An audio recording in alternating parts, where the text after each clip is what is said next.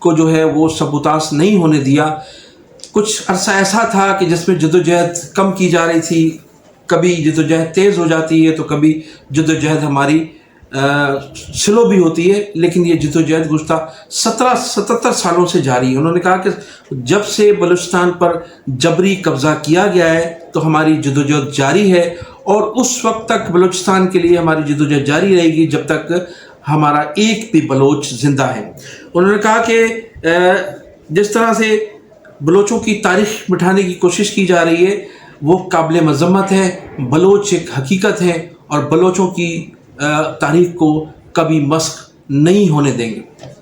تو یہ تھے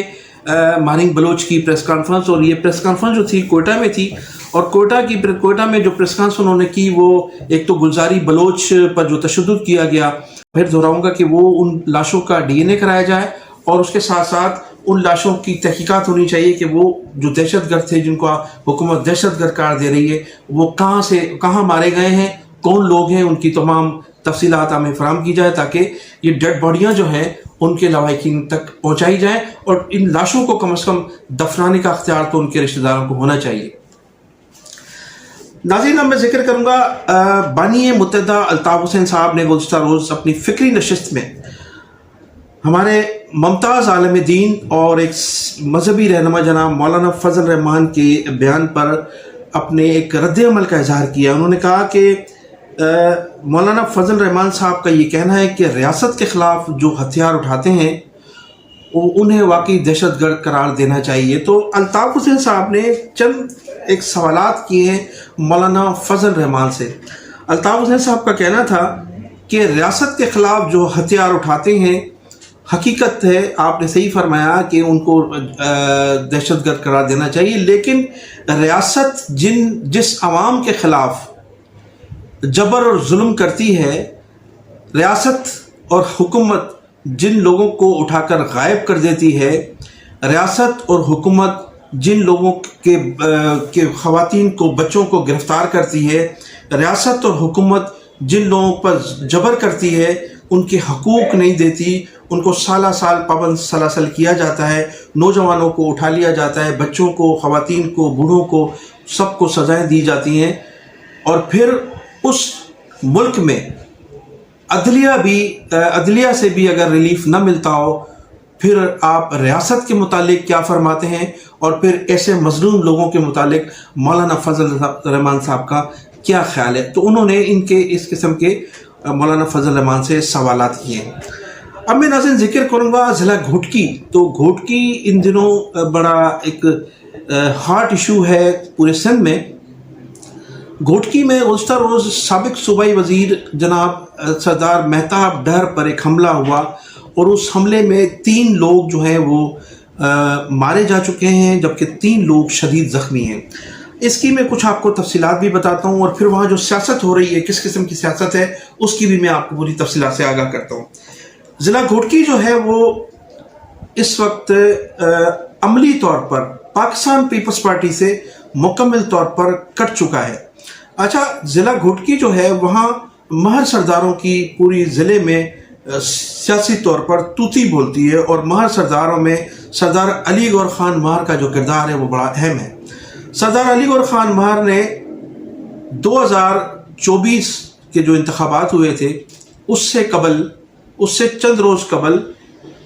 چوتھی مرتبہ پاکستان پیپلز پارٹی میں شمولیت کا اعلان کیا تھا. اس سے قبل وہ 2018 میں بھی پاکستان پیپلز پارٹی میں 18 سے قبل پاکستان پیپلز پارٹی کو چھوڑ گئے تھے، اور 2018 کے انتخابات انہوں نے آزاد حیثیت میں لڑے تھے. اور پھر ان کا بھائی علی محمد خان مہر، سردار علی محمد خان مہر جو ہیں وہ عمران خان کی کیبنٹ میں وفاقی وزیر بنا دیے گئے تھے. لیکن 2024 سے قبل ہی انہوں نے چوتھی مرتبہ پاکستان پیپلز پارٹی جوائن کی تھی، لیکن ان دنوں وہ پاکستان پیپلز پارٹی سے سخت نالاں ہیں. اس کی بنیادی وجہ محترمہ فریال تالپور صاحبہ ہیں، جنہوں نے ان کے تمام افسران کو وہاں سے ٹرانسفر کروا دیا ہے، اور تمام جو پولیس ہے، تمام پولیس افسران جو ہیں ان کے اس وقت مخالف ہیں پورے ضلع میں، اور ان کے تمام جو کام تھے یا جو ان کے اقدامات تھے یا جو ان کی پولیس کے جو SHO صاحبان تھے ان کو بھی ہٹا دیا گیا. اصل میں سرداری اور MNA MP شپ ہمارے انٹیریئر سندھ میں ایس ایچ اوز کے ذریعے چلائے جاتے ہیں. جب اگر آپ کے مطلب کا کوئی ایس ایچ او نہ ہو تو پھر نہ تو آپ کی سرداری چل سکتی ہے، نہ آپ وڈیرے کہلائیں گے، اور نہ ہی آپ کی M N A M P ship آپ کا کسی کام کی ہوگی. تو اس وقت صورتحال یہ ہے کہ سردار علی گور خان مہر کو فریال تالپور صاحبہ نے بالکل نہتا کر دیا ہے. اور لیکن چونکہ سیاسی طور پر وہ مضبوط ہیں،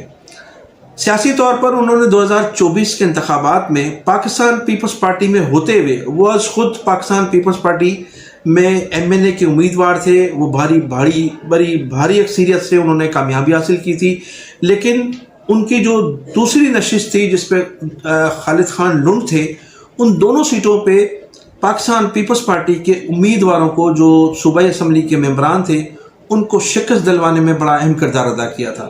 سردار علی گور خان مہر کے سیاسی طور پر ضلع گھوٹکی میں پنجے بڑے مضبوط ہیں. انہوں نے سردار احمد علی پتافی، سردار عبدالباری پتافی کو بھی جو ہے وہ سردار نادر اکمل خان لغاری کے مقابلے میں، سردار احمد علی عبدالباری پتافی جو ہیں وہ پاکستان پیپلز پارٹی کے امیدوار تھے، اور نادر اکمل خان لغاری پیپلز پارٹی میں ہوتے ہوئے بھی وہ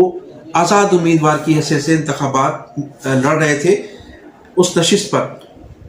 اس نشست پر سردار علی گور خان مہر نے پیپلز پارٹی مخالف امیدوار نادر اکمل خان لغاری کی بھرپور حمایت کی تھی، اور نادر اکمل لغاری پتافی سردار سے بری طرح سے بڑی بھاری اکثریت سے کامیابی حاصل کر سکے تھے. اس کے علاوہ ڈیرکی کی سیٹ پر پاکستان پیپلز پارٹی نے احمد یار خان، سردار احمد یار خان شر کو ٹکٹ دیا تھا صوبائی اسمبلی کا، اور سردار مہتاب ڈہر جو ہیں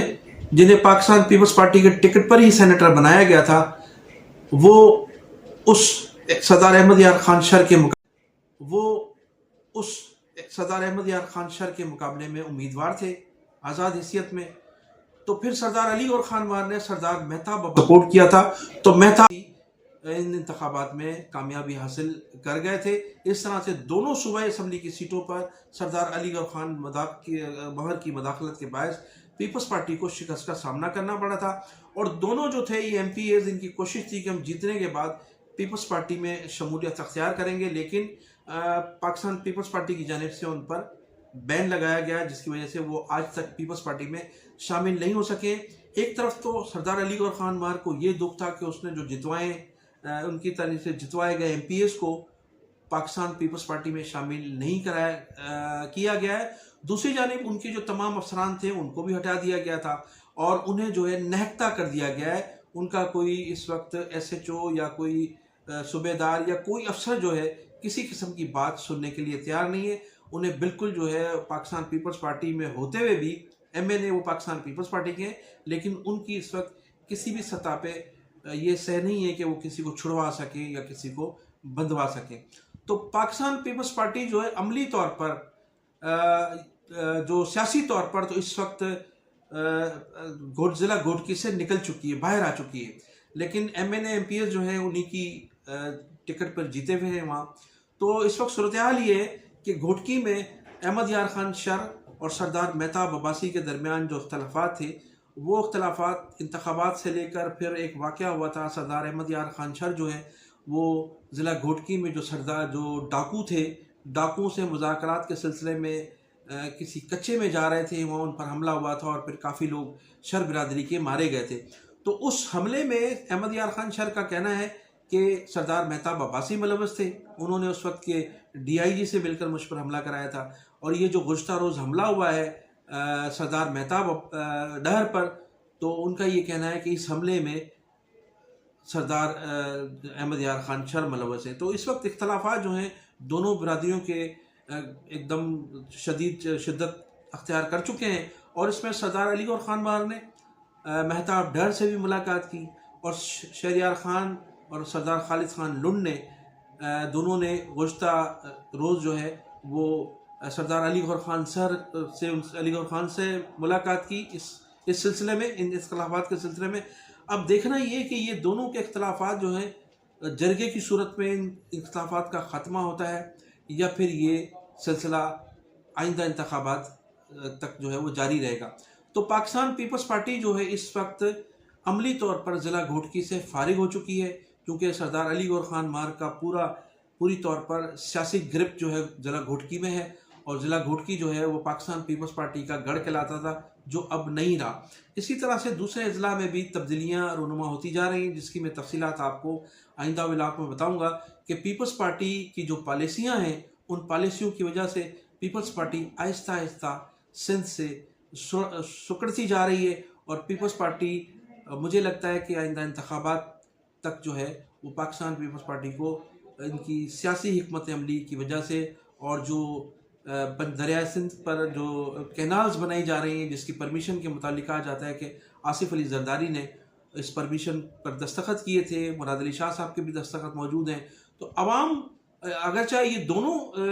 پاکستان پیپلز پارٹی کے اہم رہنما اس کی تردید کر چکے ہیں، لیکن عوام جو ہے کسی صورت بھی ان کی تردید پر اعتماد کرنے کے لیے تیار نہیں ہے۔ تو ایسا محسوس ہوتا ہے کہ آئندہ انتخابات جو ہے پاکستان پیپلز پارٹی کے لیے سندھ میں خاصے مشکل ہو سکتے ہیں۔ میں انہی الفاظ کے ساتھ ناظرین آپ سے اجازت چاہوں گا۔ آپ میرے چینل کو سبسکرائب بھی کیجیے گا، کمنٹ سیکشن میں اپنی قیمتی رائے کا اظہار بھی ضرور کیجیے گا۔ پاکستان زندہ باد، پاکستان پائندہ باد۔